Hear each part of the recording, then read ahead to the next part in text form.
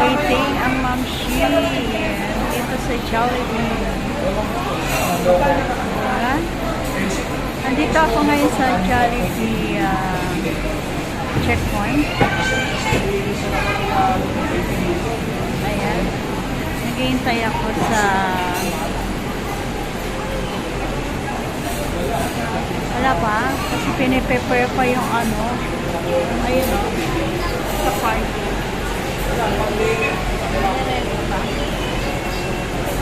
Ready pa. Hindi pa rin. Shout out everyone. Hello mga kamamsi. Ayan. Punta mo na ako rito.